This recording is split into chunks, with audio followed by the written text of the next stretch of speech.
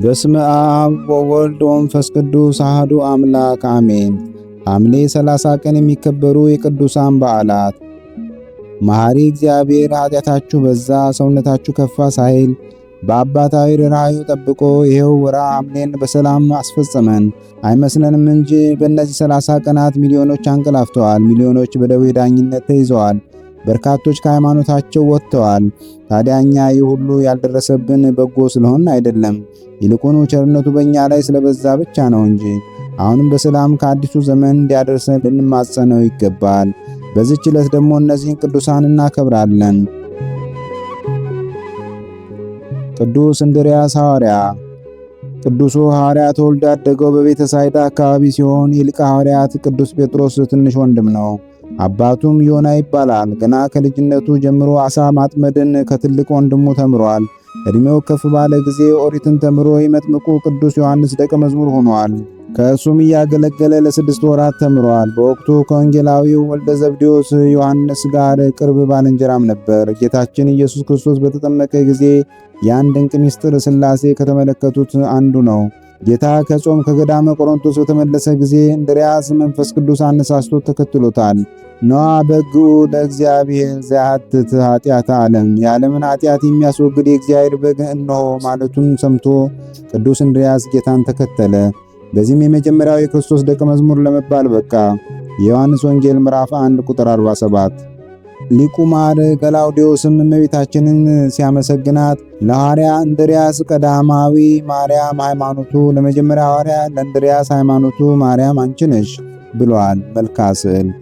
ቅዱሱ ሐዋርያ ስሉጥ ፈጣን አገልጋይ እንደነበረም ወንጌል ይነግረናል። የዮሐንስ ወንጌል ምዕራፍ 6 ቁጥር 5። ለ3 ዓመታት ከ3 ወር ከጌታ እግር ስር ተምሮ በበዓለ ሃምሳ መንፈስ ቅዱስን ተቀብሎ ምን ሀገረ ስብከቱ ልዳ ብትሆንም ብዙ አህጉረ ዓለምን ሰብኳል። ይህች ቀን ሐዋርያው ከጌታ ጋር በመርከብ ውስጥ የተነጋገረባትና ቅዱስ ማትያስን ሰውን ከሚበሉ ሰዎች እጅ ያዳነባት ናት። ቅዱስ እንድርያስ 30 ቀናት የሚፈጅ የባህር ላይ ጉዞ ለማድረግ ከአርደቱ ጋር ወደ ወደብ ቢሄድም መርከበኞቹ ሁሉ አናሳፍርም በማለታቸው የክብር ባለቤት ጌታችን ኢየሱስ ክርስቶስ ወጣት መርከበኛ መስሎ ሐዋርያውንና አርደቱን የ30ውን ቀን መንገድ በሰዓታት ልዩነት እንዲጨርሱ አድርጓል።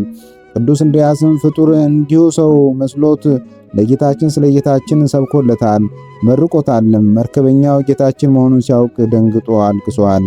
ሶበ አመረ ኪያው ወጠየቀ አምሳሎ ዘተናገርሁ በድፍረት ምስሌከ ኩሎ ስሬዲተ ጌጋይ ወህድግ ይቤሉ እንዴል ማረኝ ብሎታል። ጌታችን አይዞህ እኔ ካንተ ጋር ነኝ ብሎታል። ቅዱስ ሐዋርያ ለወንጌል አገልግሎት ተግቶ ያረፈው ታኅሳስ 4 ቀን ነው። ቅዱስ ጳውሎስ መናኒ። ይህ ቅዱስ መላ ሕይወቱ ድንቅ ነው። በ4ኛው መቶ ክፍለ ዘመን የነበረ ሲሆን የተባረከች ሚስትና 2 ብሩካን ልጆች የነበሩት አባት ነው። ቅዱስ ጳውሎስ የነዳያን አባት፣ እጅግ ባለጸጋ፣ ቤተሰቡን የቀደሰና ባለሞገስ ሰውም ነው። ታዲያ ምጽዋት ወዳጅ ነውና ሲመጸውት ሀብቱ አለቀ። አሁንም መመጽወቱን አላቆምምና ቤቱ ንብረቱ አልቆ ከነ ቤተሰቡ ነዳያን ሆነ። እሱ ግን ያለ ምጽዋት ማደር አይችልምና አንድ ሐሳብ መጣለት። ሚስቱንና ልጆቹን መሸጥ እንዳለበት ወሰነ። እነርሱ እንደ መሪያቸው ፍጹማን ናቸውና በደስታ ሐሳቡን ተቀበሉት። መጀመሪያ ትልቁ ልጁ ተሸጠ። ገንዘብ ግን አሁንም በምጽዋት አለቀ። ቀጥሎ ትንሽ ልጅ ተሸጠ፣ አሁንም በምጽዋት አለቀ። 3ኛ ደግ ሚስት ተሸጠችና እርሱም ተመጸወተ። በመጨረሻ ቅዱስ ጳውሎስ ራሱን ሽጦ መጸወተና ይህ ድንቅ ሥራ ተጠናቀቀ። ነገሩ ግራ እንዳይገባን ተሸጡ ስንል ለአሕዛብ ወይም ለሌላ ሰው አይደለም። 4ቱም የተሸጡት ለገዳማት ሲሆን ገዢዎቹ አበምኔቶች ናቸው። ቅዱስ ጳውሎስ በአንድ ድንጋይ 2 ወፍ መትቶ ምጽዋትንም ገዳማዊ ሕይወትንም አትርፏል። በኋላ ወደ ተሸጠበት ገዳም ገብቶ እንዲህ ብሎ ጮኸ፣ ጌታ ሆይ የሰጠኝን ሁሉ ለአንተ መልሼ ይሄው መጥቻለሁ። ጌታም ከሰማይ መለሰለት፣ ወዳጅ ሆይ በአንተ ደስ ብሎኛል፣ ተቀብያለሁ አለው። 4ቱም ቅዱሳን በንጹሕ ተጋድሎ ኑሮ በዚች ቀን አርፎ የማታልፈውን ርስት ወርሰዋል።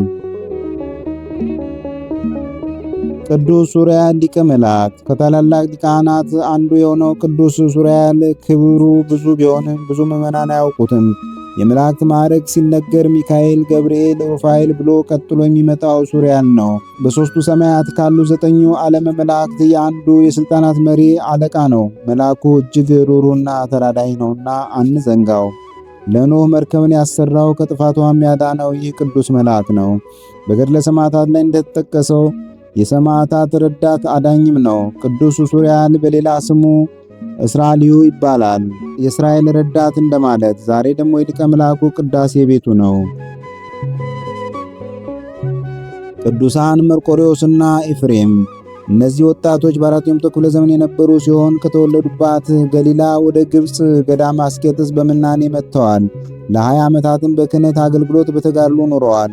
አንድ ቀን መናፍቃን አርዮሳውያን በወታደር ተከበው መጥተው በገዳሙ እንቀድሳለን አሉ። የራሳቸው መስዋዕት መንበሩ ላይም አኖሩ። ከዛ ያሉ አበው አዘኑ። ወጣቶቹ መርቆሬዎስና ኤፍሬም ግን ለአምላካቸው ቀኑ። ወደ ቤተ መቅደስ ገብተው መናፍቃኑን በክርስቶስ አምላክነት የሚያምን በዚህ መቅደስ ውስጥ አይሰዋም ብለው በድፍረት የመናፍቃንን መስዋዕት ወደ ውጭ በተኑት። በዚያ ሰዓት መናፍቃኑ ሁለቱን ቅዱሳን ወደ መሬት ጥለው ደበደቧቸው፣ ረገጧቸው። የቅዱሳኑ አጥንቶችም ተሰባበሩ። በመጨረሻም በስቃዩ ብዛት ሁለቱም በአንድነት አረፉ። የእነዚህ ሁሉ ቅዱሳን አምላክ ተረፈ ዘመኑን የንስሐ የፍቅር የአንድነት ያድርግልን፣ ከወዳጆችም በረከትን ያድለን። ሐምሌ 30 ቀን የሚከበሩ ዓመታዊ ቅዱሳን በዓላት፦ ቅዱስ እንድርያስ ሐዋርያ፣ ቅዱስ ጳውሎስ መናኒ ከቤተሰቡ ጋር፣ ቅዱስ ሱሪያል እስራኤልዩ ሊቀ መላእክት፣ ቅዱሳን መርቆሬዎስና ኤፍሬም ሰማዕታት፣ ቅዱስ ጢሞቴዎስ ዘአልቦ ጥሪት ፍልሰቱ፣ እናታችን ማርያም ክብራ ኢትዮጵያዊት የአፄ ናዖድ ሚስት።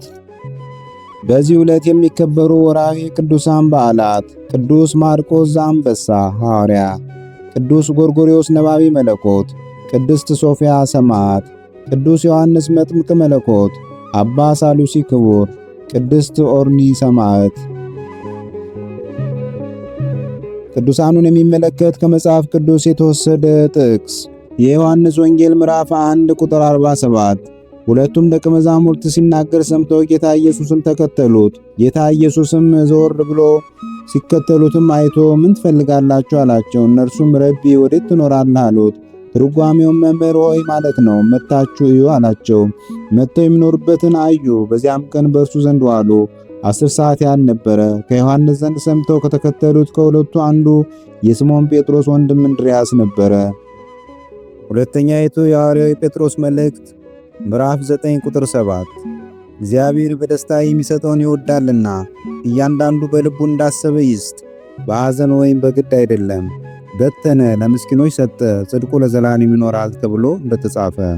ወስብሐት ለእግዚአብሔር ልዑል ወለወላዲቱ ድንግል ወለመስቀሉ ክቡር እጸሳህል አሜን።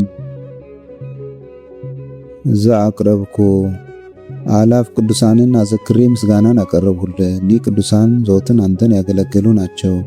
በድህነቴ የማነብልን መጽሐፍ ምስጋና ተቀበል። አንተ ብዙ ባለጠጎች ካገቡት ይልቅ የድሃዋን መበለት ስጦታን ተቀብላለና። ቅዱሳን የሆናችሁ ነቢያት፣ ለማስተማር የተመረጣችሁ ሐዋርያት፣ ሰማዕታት፣ ጻድቃን፣ ትጉሃን የሆናችሁ መላእክት፣ እናንተም ደናግል ቸር የሆናችሁ መነኮሳት ይችን ጉባኤ አንድነታችን መባረክን ባርኩ። ስትባርኩም ከሕፃናቱ ጀምራችሁ እስከ ሽማግሌው ድረስ ይሁን። በብራና በወረቀት የጻፈውን ሊያስደርስ በገንዘብ ዋጅቶ ያጻፈውን አምኖ ያነበበውን ወደ ሌላ ልሳንም የተረጎመውንም በዝነ ልቦና አምኖ የሰማውን ከጠብ ከክርክር ከመከራ ከችግር በምትሰውር በእናቱ በማርያም ጸሎት ኢየሱስ ክርስቶስ ሁላችን አንድ ላይ ይማረን፣ ቅዱስ መንፈሱንም ይላክልን ከዛሬ ጀምሮ ለዘላለሙ ዳግመኛ እስኪመጣ ድረስ አሜን።